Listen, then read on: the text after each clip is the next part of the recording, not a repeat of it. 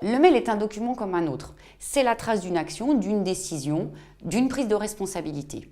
Pour autant, comme tout autre document, il doit être contextualisé, il faut faire extrêmement attention au destinataire, il faut faire attention à l'objet si l'on veut que le destinataire le lise immédiatement, il faut faire attention à ne pas mettre 2 ou 3 destinataires parce qu'on ne saura pas qui doit faire l'action.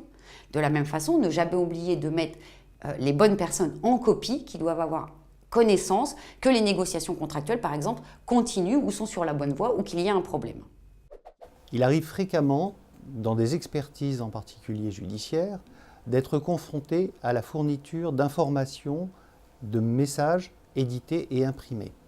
Il faut savoir que la valeur d'un message imprimé est pratiquement nulle, parce qu'il est très facile, avant d'imprimer le message, de pouvoir en modifier le contenu et de venir prétendre que quelqu'un vous a envoyé telle ou telle information ou telle menace, alors qu'en fait, c'est la personne ayant reçu ce message lui-même qui l'a altéré avant de l'imprimer et de le présenter de cette façon-là.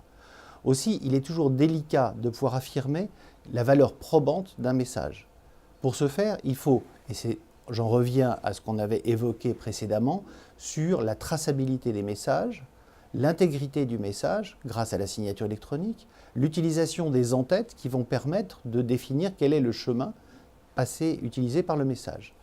Donc, quand on a une problématique de ce type-là, il faut toujours être capable de pouvoir revenir au message électronique lui-même et à sa forme électronique, de façon à pouvoir en extraire les informations spécifiques et en particulier concernant la traçabilité, voire l'intégrité. Le 22 mars 2011, la Chambre sociale de la Cour de cassation a eu à se pencher sur l'absence de traçabilité de certains mails. À l'occasion d'une contestation de licenciement, le salarié licencié avait indiqué que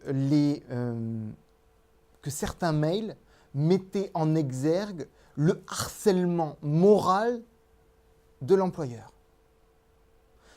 La Cour de cassation a considéré que puisque les mails en question ne figuraient pas dans la boîte mail du dirigeant,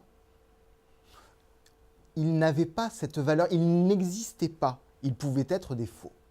Donc, ils ne se sont pas appuyés sur ces mails dont la trace était inconnue pour faire droit aux demandes du salarié. La morale de l'histoire, c'est que la décision d'appel a été confirmée en cassation. Alors, lorsqu'un avocat est confronté au problème de la preuve, aujourd'hui, il aime bien les courriels. Il aime bien les courriels, pourquoi? Parce qu'il aime bien l'informatique en général, parce que si vous voulez vraiment avoir des relations confidentielles, n'utilisez surtout pas l'informatique. Il n'y a pas plus traçable que l'informatique. Bon. Dans la mesure où l'informatique garde en mémoire les coordonnées de l'émetteur, il garde l'heure, le jour, l'appareil dont cela émane, le circuit qu'il a suivi.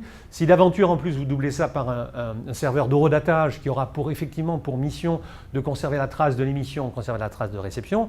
Bref, sur le plan de la traçabilité, un objet informatique est un objet extrêmement traçable par tous les moyens. Et n'oublions pas que la traçabilité désigne non seulement ce qui est visible, c'est-à-dire en d'autres termes le contenu lisible par l'homme du message.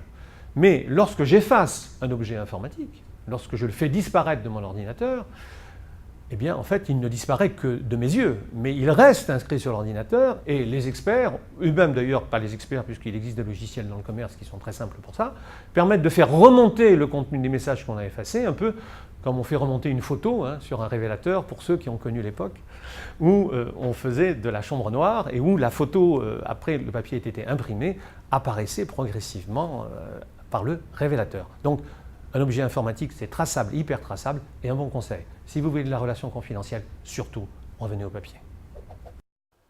Pour éviter une grande claque, ayez le bon clic.